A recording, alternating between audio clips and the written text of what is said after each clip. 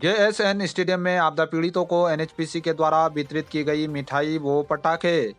गुरुवार को Dhauliganga power station के परियोजना प्रमुख राजीव जैन के नेतृत्व में अधिकारियों ने जवाहर सिंह नबियाल स्टेडियम में रह रहे 1 दर्जन से अधिक आपदा पीड़ित परिवारों को आगामी पर्व दीपावली को दृष्टिगत ध्यान में रखते हुए पटाखे व मिष्ठान का वितरण किया गया। साथ ही परियोजना प्रमुख राजीव जैन ने आपदा पीड़ितों को हर संभव मदद का भरोसा दिया।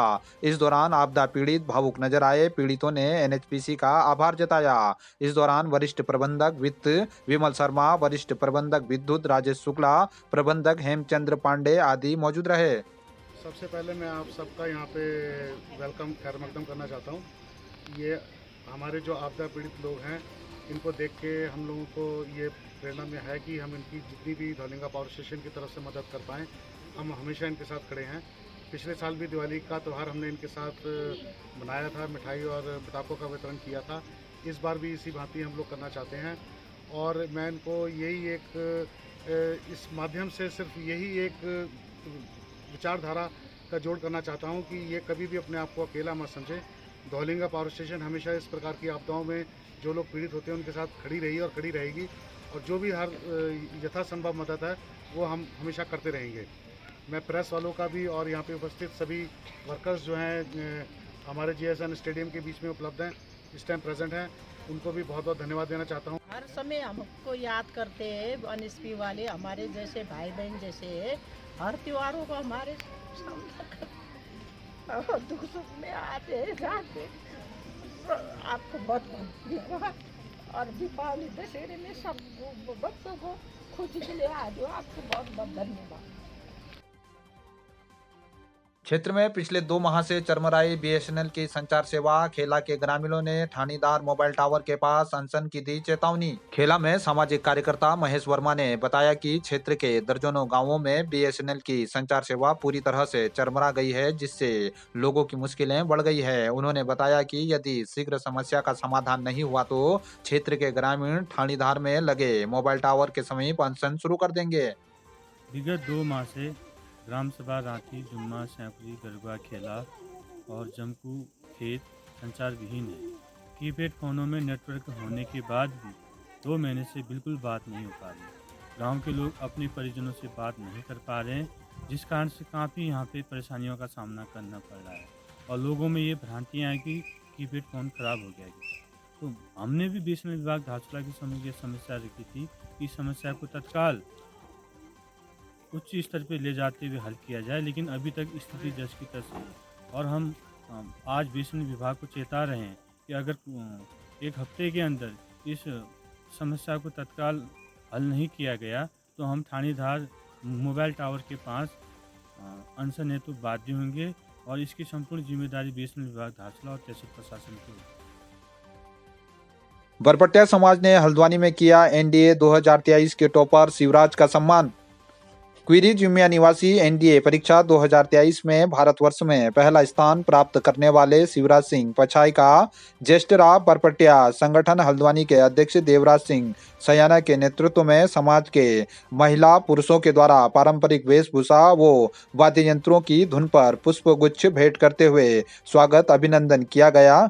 आयोजित कार्यक्रम में उनको स्मृति चिन्ह भेंट कर सम्मानित किया गया। इस दौरान वक्ताओं ने बताया कि शिवराज की उपलब्धि से समाज के साथ ही पूरे प्रदेश का नाम रोशन हुआ है। इस दौरान शिवराज ने सभी का सम्मान स्वागत के लिए आभार व्यक्त करते हुए युवाओं का आह्वान करते हुए कहा कि अपने लक्ष्य को निर्धारित करते हुए निरंतर लक्ष्य प्राप्ति के लिए कार्य करने से सफलता जरूर मिलती है। इस दौरान शिवराज को बधाई देने के लिए बड़ी संख्या में लोग पहुंचे। राज्य स्थापना दिवस पर धारचूला में विभिन्न कार्यक्रम हुए आयोजित, शहीदों को दी गई श्रद्धांजलि। उत्तराखंड राज्य स्थापना दिवस के अवसर पर आज नगर पालिका धारचूला में पालिका अध्यक्ष राजेश्वरी देवी के नेतृत्व में कार्यक्रम का आयोजन किया गया, जिसमें राज्य आंदोलनकारी के बलिदान को याद करते हुए उन्हें श्रद्धांजलि अर्पित की गई। इस दौरान सभासद प्रेमा कुटियाल, बेला शर्मा, प्रेमा गरिब्याल, राधा मर्तोलिया, व्यापार संघ अध्यक्ष भूपेंद्र थापा, पूर्व नगरपालिका अध्यक्ष अशोक नबियाल आदि मौजूद रहे। वहीं ब्लॉक सभागार धारचूला में बहुउद्देशीय शिविर का आयोजन किया गया, जिसमें सरकार की विभिन्न जन कल्याणकारी योजनाओं की जानकारी देते हुए स्थानीय जनता को लाभ भी दिया गया। इस दौरान विकासखंड अधिकारी दुर्गा प्रसाद सहित जिले से पहुंचे अधिकारी व लाभार्थी बड़ी संख्या में मौजूद रहे। राज्य स्थापना दिवस कार्यक्रम मनाया गया, जिसमें समस्त सभासदगण और व्यापार संघ के अध्यक्ष और पूर्व चेयरमैन अशोक सिंह नबियाल जी और समस्त स्टाफ द्वारा राज्य निर्माण आंदोलनकारी उत्तराखंड देवभूमि राज्य की स्थापना की, जिन्होंने उन आंदोलनकारियों को श्रद्धांजलि दी और मैं भी उनको श्रद्धांजलि देती हूँ और नमन करती हूँ।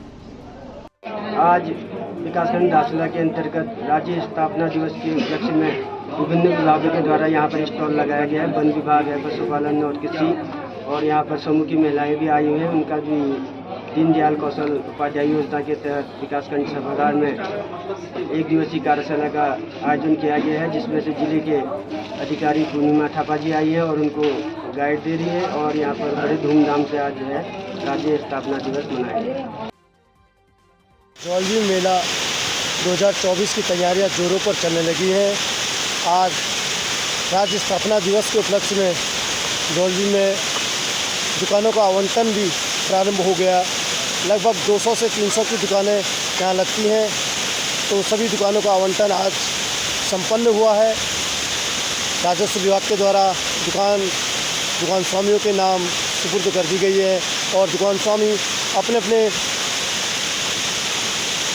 संसाधनों से दुकानों का सजावट प्रारंभ कर चुके हैं। लेकिन कहीं ना कहीं 2023 का मेला भी याद आता है। इसी डोलवी मेला स्थान से 2023 के मेले में माननीय मुख्यमंत्री महोदय ने इस संगम तट पर स्नान घाट और मेला स्थल तक यातायात हेतु गोरी नदी के तट से छोटा वाहन की सुविधा कराने की घोषणा की थी। लेकिन एक वर्ष के उपरांत पुनः 2024 का मेला प्रारंभ होने के लिए तैयार है। कोई भी कार्य प्रारंभ न होना कहीं ना कहीं लोगों के मन में